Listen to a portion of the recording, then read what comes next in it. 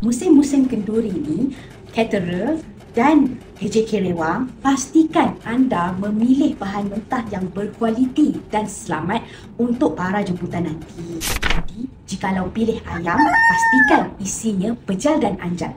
Jangan pilih yang berlendir, yang sudah berbau, yang sudah bertukar warna. Jangan pilih. Kalau pilih telur, pastikan kulitnya bersih, tiada sebarang najis. Dan pastikan juga ianya tidak retak ataupun pecah.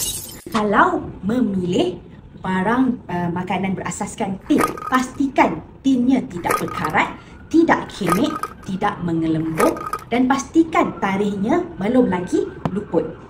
Okey, untuk food safety training kita ada promo tau. Jadi, untuk mengetahui lebih lanjut, pastikan anda follow dan like page Unity Halal Center untuk update terkini tentang latihan halal dan food safety.